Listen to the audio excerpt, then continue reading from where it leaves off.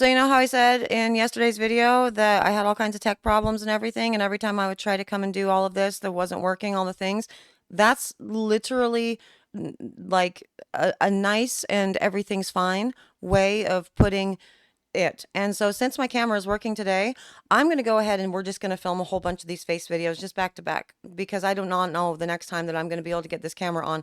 So that's what we're doing right now. That's why I haven't changed. That's why I'm so slouched. Buddy, I am tired.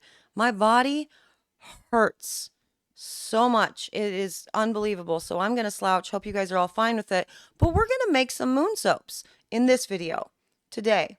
And I'll tell you more about those moon soaps in just a minute. But before I do, hello, I am Mrs. Soap and Clay. Let's make stuff.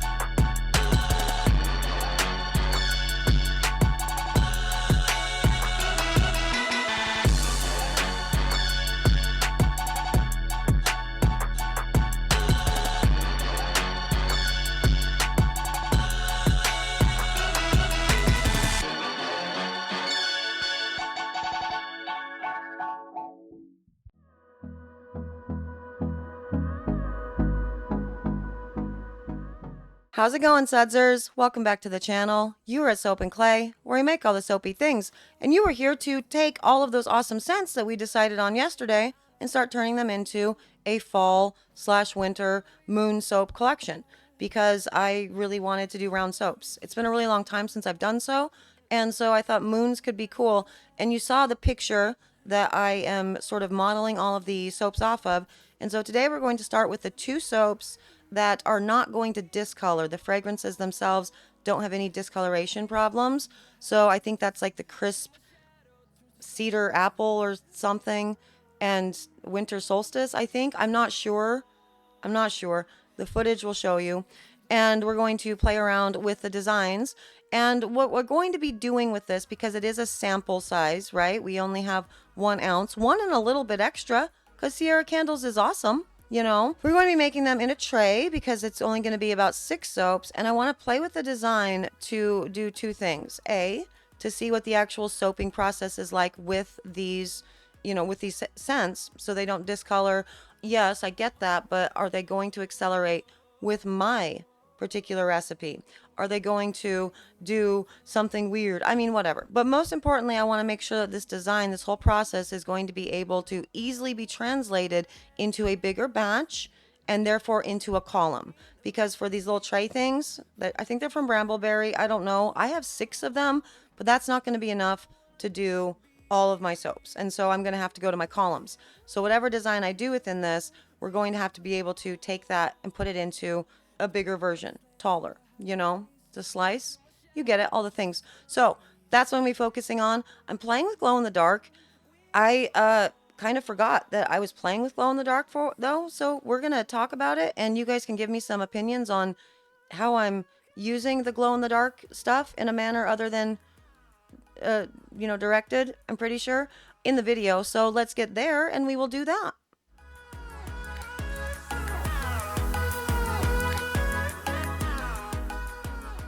Okay, so it is making day today. So we are going to be starting out with 16 ounces of oil. It is a 5% superfat, equal portions of coconut, olive, and palm in this with basically 2.4 times water to lime. And this first one that we are working with is going to be the crisp cedar grove or whatever it's called. Now see how this is ricing or separating. You see this separation that's going on within the oils right here. All I did was put the kaolin clay in. So I was talking about the apple infusion in yesterday's video, and this is what I have noticed with this infusion. It's been very interesting in that I'm not actually adding water, but I think I am. I think the majority of what actually got pulled out of the apples when I did an infusion was mostly water into the oils. That's kind of the conclusion that I came to with that whole experimentation. So it gets a little bit weird. So there might be ultimately more water in all of that than necessary. I do apologize for my camera bouncing. I tried to because I've been learning all these new skills, right? Been building roofs and cutting trim and using screw guns the proper way. And so I thought that I could go ahead and hang my overhead gear for all of my cameras and everything. I have my cameras and my lights and all that stuff on this big pole that's mounted to the ceiling, and these kind of angled arms that come down to put things in different places. And I didn't actually put it in right because I was lazy. I knew I should have used drywall screws or found a stud. I did neither one of those things. So it all fell down one night. One night while nobody was in the shop, it all fell down. And thankfully, no soap apprentices or Mrs. Soap and Clays or products were harmed in the crashing down. The counter was shockingly free of all randomness on that day. So anyway, I haven't had an opportunity to put them up the right way. And so the camera is it's just right there on the counter. So yes, crisp Cedar Grove, no vanillin, not going to discolor. We'll be working with Aphrodite and a black of some sort, and then also glow in the dark stuff. I don't know. I thought it could look cool, with I don't know. Realistically, the reason why I used it was because I was looking at my scents, or my colors rather, and I have these 3 things of glow in the dark stuff that I got for like 1 video or 2 videos a year ago or whatever, and I have not used it since. And that's ridiculous. And so I'm like, well, I'm just going to use it. I think it's fine. And so I'm just going to use it. I don't know. I don't know if I'm using it enough. I'm certainly not using it too much because it's very sparse amount into all of this. But at some point I just start kind of flicking it onto the soaps. I don't know.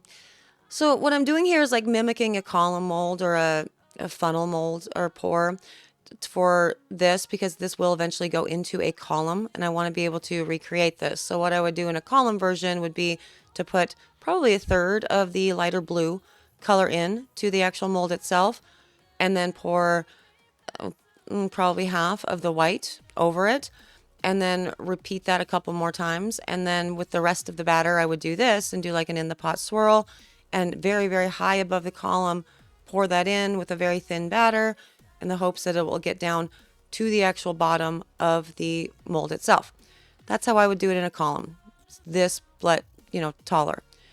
And so for this one, I did want to play anyway because it's kind of a plain looking soap at this point. So I did want to play and see if I could get some cool, like shadowy type things, like a tree or something in the silhouette of the tree with the backlit, it's backlit from the moon. So I'm going to do that. It's not the best idea for me to be doing this because the column mold, it's going to be harder to actually recreate that within a column mold. And so realistically, I would leave this out of the finished, soaps for the actual line. But for these purposes, I don't know, it was too easy of a pour and I wanted to do something else. And so just do a little bit of swirly swirls with this, kind of make the top look some kind of way, and then put the other stuff on. I think this is probably where I just start flicking glow in the dark because I don't remember putting it into the white. So I must just flick it. So I don't know. I have no idea. Maybe I didn't do that. But anyway, yeah, this is me just kind of painting them. I wanted to give some sort of appearance, and I thought, I've seen sudsers do really cool things, but they actually get paintbrushes out, We have Kristen Tackles, I think. She did the really beautiful sunset thing or sunrise thing, and she was literally had little paintbrushes out and was doing her little awesomeness. I'm just, how about a skewer? Eventually, I just start dumping it onto the soaps because that's tedious.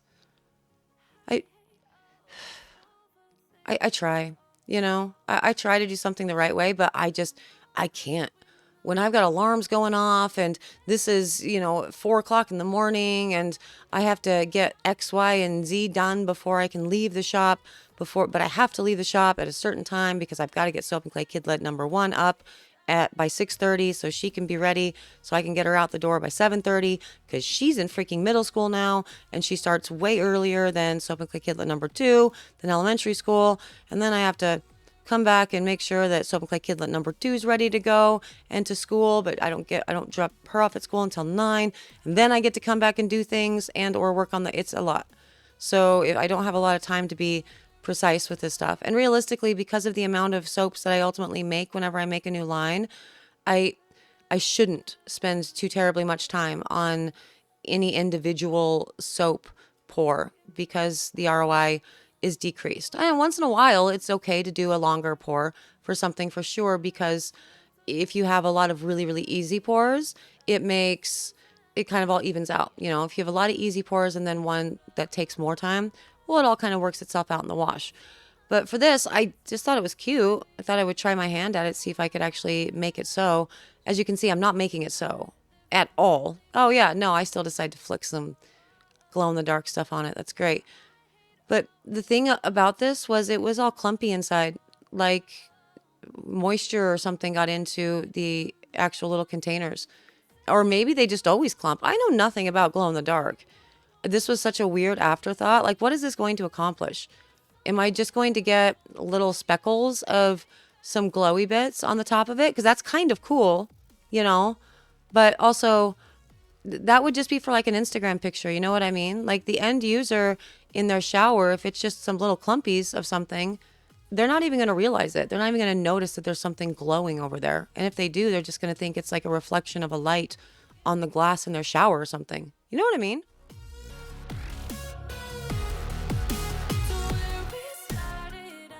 Okay, now on to pour number 2. So again, putting all of the kaolin clay into the oils, and we will be working with, it looks like some yellows. I also have a glow in the dark thing out there, and I have no idea what scent this is. I want to say it's the winter solstice question mark. It might be the candied juniper berry, because I do remember that juniper berry had a very small vanillin content in it. So it was going to discolor to something very light or not discolor at all.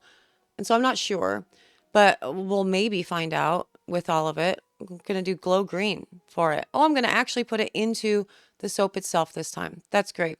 Now, with discoloration, I don't always get it in my soaps. And I think that has a lot to do with the amounts of kaolin clay that I put into my soap batter or my soaping oils. And so, see, it clumped with that one too. It's very clumpy.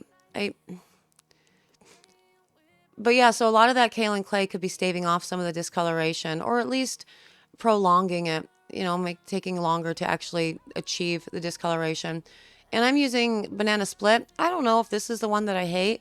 There is a yellow. I think it might be Lemon Cupcake now I think about it. I don't know. Kaylee will tell us that it's yellow, but then it goes orange in the making. And then I don't know. I don't remember if it goes back to orange or yellow after saponification or not. I have none memories of it. This is also why you take notes. You look at it. I did not look at it when I picked it up off the shelf to use it though. So this soap, I guess it doesn't ultimately matter. It could go yellow or it could go orange. You know, moons exist in both of those colors. You know what I mean? So as far as the pouring has gone with all of this, pouring it at very, very cold temperatures. So kind of colder than room temperature.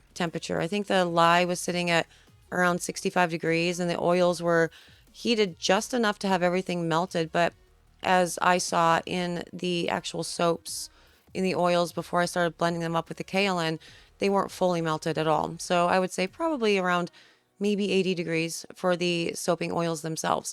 Is it okay to have your soaping oils and your lye not within 10 degrees of each other? Absolutely it is. 100% it is. It's just people tell you that if you're a first time soaper, so you can keep everything sort of consistent and you don't end up with false trace because your oils are too hot and your lye solution is too cold, etc. and so forth. But you can definitely have your soaping oils and your lye solution at two completely different temperatures. Now with this, I'm also putting in some sort of white. What is it? Did I show it? Whatever, if I showed it, it's awesome. That's what it is. If I didn't show it, I'm going to say it's Vanna white. I don't know. I used to kind of think all whites were the same. And then I started making some soaps and actually putting the different white micas into it. And while it is the same in that it doesn't really lighten up soaps hardly at all, it does change the hue of it. And sometimes it changes the overall like sometimes they have sparkles and stuff in it, which is super fun. I like that. Maybe this one's champagne. I may have put champagne in now that I just said sparkles. That would make sense. So I'm kind of going to do basically the same thing as I did with the last soap. So pour a portion of the white in and then put the yellow on top. Now, if you'll notice, I am actually using my scent only as needed, only as I get to the portion that I'm ready to start pouring, because this is the first time with this scent. It says it's not going to accelerate. It says it's not going to rice or seize or anything, but I'm too far gone within this process right now. So I really do need my batter to be nice and fluid. So I try to do that with just as general practice with all soaps that I make, even if I know the fragrance inside and out and have worked with it, thousands of times. I still want to try to only scent it right before I'm ready to pour, just so it doesn't sit there just kind of getting firmer and accelerating and doing whatever, just in case.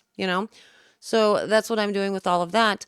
And with this particular guy, I'm going to do for the rest of it some of the kind of grayish color. I think I'm using Steel Works and just a little bit of it. So it is a black mica, but I'm using it in a small amount so I can get a nice gray. And I'm going to continue to do the sort of funnel pour thing with all of it that you would normally do in a column, just to make sure that that is going to look nice within a column. And I will then mix all the rest of it together to do the final pour on all of this and top everything off. Now, with all of this, I will be wanting to probably cut things off of the top. And so, because if you've noticed with tray molds, it's almost impossible to get them perfectly smooth on top, and that irritates me to no end. And I don't know why, because I always want to stamp this side of the bar that you see right there. That is what I want to put my stamp on. And actually, it doesn't make a lot of sense as to why I would want to do that, because the other side has a nice beveled edge by nature of the tray. And, it's going to have a very clean release surface, assuming that you let it sit in the mold long enough, which I rarely do. So maybe that's the reason. The back is always weird looking. So I don't know.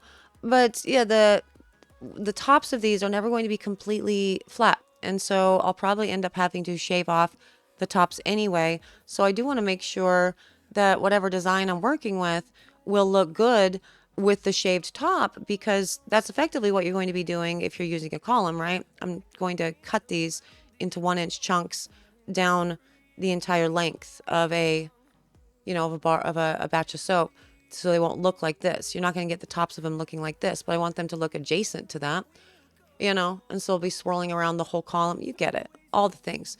But anyway, just kind of playing with all of this, moving everything around, trying to make it look moon-ish. I don't know if I do anything else strange with the top of this. I might. I have no clue. This was all just, I do. I put some black in it. Cool. Decided it needed more color. This was all just, I wanted to play with the different designs. I was actually very excited to do this. I had my cool music on. It was very, very early in the morning. It's just me and my soaps. And I got to kind of decompress and let my brain do its thing and wander while I made some soaps. And so whatever came of this, came of it, really. And so that's kind of one of the more delightful parts of making soap. Just getting to sit there and play and design new stuff and, all the things. And I haven't had enough of that this year. It's been just mass producing stuff, and there's obviously, I'm very grateful for all of that. There's something to be said about how awesome that is for sure. But also just these times getting to design new stuff, I've missed it. I've missed it so much. And I've seen so many of you guys doing so many cool new designs and playing with stuff in the Discord that I don't know.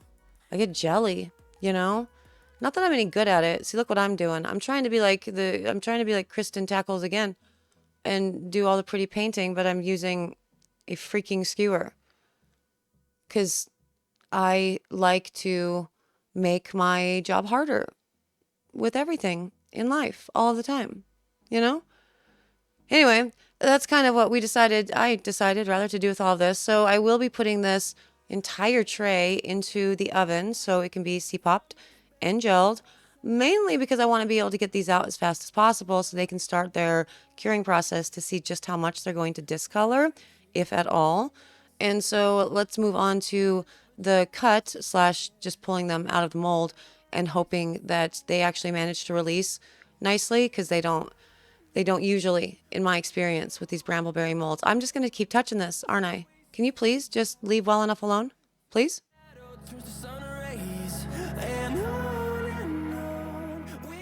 Okay, and on to the reveal. And these set up overnight, and they are popping out of the mold pretty reasonably well. That has definitely some softer spots there at the beveled edge. This is what I mean about the brambleberry molds. The silicone is of such a thickness that you almost need to either put them in the fridge and then bring them out, and as they're heating up to room temperature, doing its thing, it makes it easier to get them out, or let them sit in the actual mold longer before getting them out. But I'm super impatient, and I use a lot of water in my recipes, so I'm just going to have to deal with, sometimes I'm going to have squishy sides. And that's kind of cute. I don't hate that. The top, again, it didn't do what I wanted it to do, but the back looks very interesting. That almost looks like a crescent moon type thing on the back of that one. So it's very, very fun. That definitely looks like a crescent moon on the back. So that's kind of fun. It's like a crescent moon on one side and a more full moon on the other. That's cool. I'm not mad at that, And they've all been different, not in any sort of crazy big way, but this totally looks like a crescent moon. Will I ever be able to do that again? Probably not. That wasn't the goal with all of it, and you kind of just take what you can get with the soap Rorschach. You know what I mean? When you're doing swirls and funnel pours and whatever, sometimes you're going to end up with really cool patterns inside, but usually you're never going to be able to reproduce that, because soap's going to soap. And it's just, again, there's not only so much you can do to actually make sure that you get something like that in every single soap for until the end of time. And usually what that something is an embed. You put an embed in there. Now that one ended up quite blue on the back because it was the final little bit within the container for the blue. And I don't like it. I don't like it that blue. I very much prefer the grayish blue that we got in the first one for sure. But those two did end up brighter. I do like the sides of this guy though. So we have a little bit of seeping going on with this, but the sides, that's very pretty. Isn't that gorgeous? I'm not mad at that. It's also very shiny. So I do like that. It really did. This recipe really will firm up very quickly. You have a nice shiny bar of soap very quickly. And oh my gosh, see, that's fun too. And so this is what you're going to get when you're doing a funnel with this. So putting in one color and then basically just another color right on top, right in the middle. It continues to push out the lighter color to the edges and you end up with cool stuff. That particular soap, I'm not in love with the top because it looks kind of craggy and whatever, but I do quite like the bottom. And so at this point I could decide that the bottom is the top and stamp the bottom, but because I do want to see again what this looks like in a slice when this is going to be cut, I will go ahead and slice the top off of all of these so we can find out. But that back is super cool. It's very, very interesting. And with the scent, was it winter solstice? Oh my gosh, I'm just going to I'm losing my mind with all of it. The scent itself, super, super beautiful. It's great for both of them. The candied, crisps, whatever, that one's very cool. It almost looks like what is that thing called? When the moon passes over the sun, an eclipse. Almost looks like an eclipse. That's kind of fun. But with the cedar, crisp cedar, whatever, very, very appley. That's the biggest scent that I smell at the end. And it's pretty strong. This one, even stronger. And it's absolutely delightful. I could not stop smelling these ones. So this is a definite winner for me. I think I'll put it in my line for a lot of things. But I am happy that it ended up soaping really beautifully. I don't see any discoloration, any problems whatsoever with all of it. So you can have a wide range of options when it comes to your design, both within color and, form. And I think that's very neat. That's very interesting. It could be a moon, whatever, The other side, I think, most definitely makes it look like a moon. But let's scrape off the top of this guy and see what we're working with if we were to be cutting these from a column. And so far, it's not terrible. It's actually, I think, prettier than the actual original top. So let's see. Yeah, that's stunning. It's not very moonish, but it could be. Again, the customer's mind sort of fills in the blanks with all of it. So if you say it's a moon, it's a moon. You know what I mean? So I really do love that. Not mad at that one at all. And let's see what happens when I do it with this one. I know that I'm likely going to lose all of that, and that would be the case for sure within a column, you know. Otherwise I'd be probably pouring a whole bunch of black just down the side of the column, and then doing kind of like a butterfly swirl, but instead of using a hanger, using a skewer, like a really tall skewer, and going all the way down to the mold and sort of pulling it from like the left side of the mold into the center in order to try to achieve some sort of black pattern with all of that. Also, you would probably have to do that in stages.